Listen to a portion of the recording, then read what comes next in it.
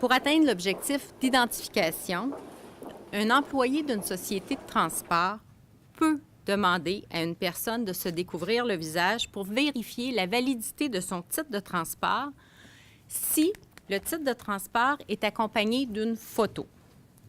On le sait, dans la grande majorité des cas, les titres de transport sont magnétiques sans photo. Prenons l'exemple de la carte Opus à Montréal. Par contre, toujours à Montréal, certains titres de transport, par exemple les titres de transport à tarif privilégié, sont munis d'une photo et l'identification est requise déjà d'entrée de jeu par les règlements du Service de transport de Montréal.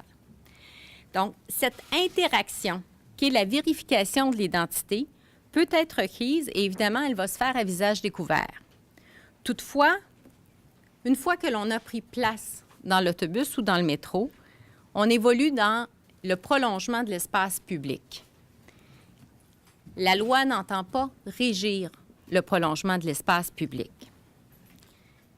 Pour ce qui est des soins de santé, à des fins d'identification, une personne qui se présente pour obtenir d'un membre du personnel d'un établissement de santé devrait avoir le visage découvert lors de son inscription ou encore lors de la prestation du service pour répondre aux objectifs de communication et d'identification.